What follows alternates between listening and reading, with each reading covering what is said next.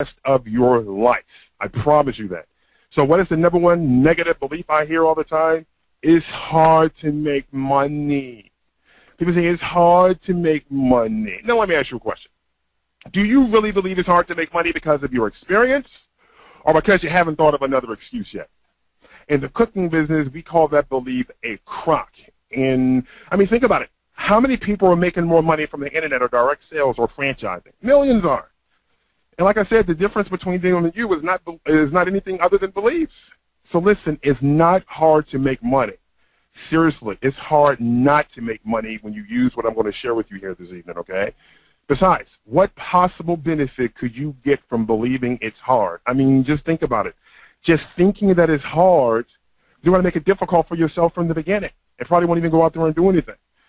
So let me ask you, what's important about believing making money is hard? There can't be really anything important about it. But what I found, and this may be true for you, is perhaps you think that it's hard because you don't want to hurt.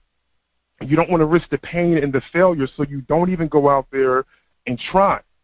You know, well, can you imagine the amount of hurt and pain and failure you're going to have and be suffering from not ever having enough money to do what you want to do and give the best to those that you love?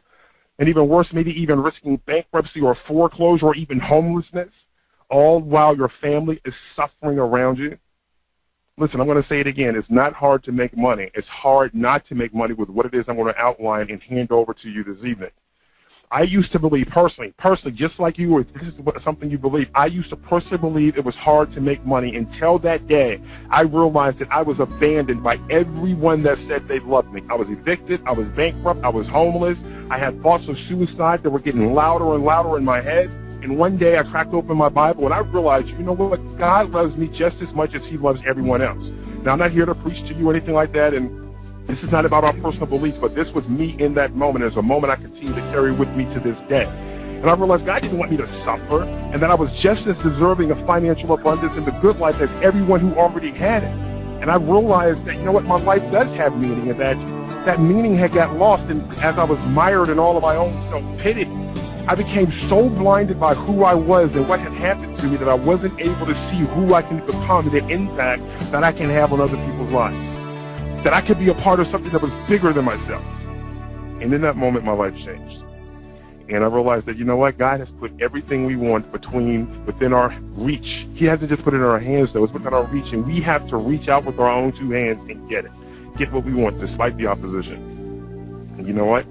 When I realized that, I was committed not just to making more money or making a fortune, but I was committed to learning how to do it and mastering it so I could show other people how they can do it as well. Because I felt like if I was able to bring myself from that position, anybody can bring themselves from whatever position they're in. And that's been my life's commission ever since. Now, I knew success wasn't going to come overnight, that it was going to come over time, so I decided to make time my ally and not my enemy. And I stopped looking for things to be easy and convenient and affordable. And it didn't matter how hard it would be or it wouldn't be, because I finally realized it was worth it. I realized, you know, that at that moment, you know, that was it. And there's something I want you to realize as well, you know, that I realized back then, that those beliefs are not going to serve you. If you hold that belief, do you know how hard it's going to be for you to ever make any money?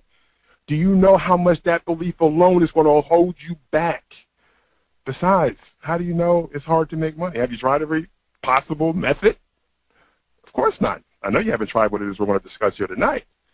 But listen, seriously, whether it's hard to make money or not really isn't the issue. The issue is it important to you? Is it finally worth being able to make the kind of money you want and deserve?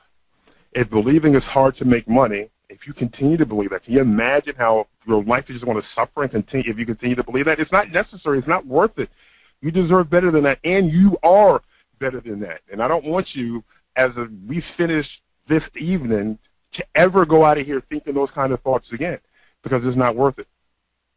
If you believe that and you think that making money is difficult, it's just not going to give you the kind of freedom and time and financial security that you want and you deserve, and not just for yourself, but for your family and those that you love. And I know that's what you want. You want the freedom. You want the security, right? You want the time to do what you want.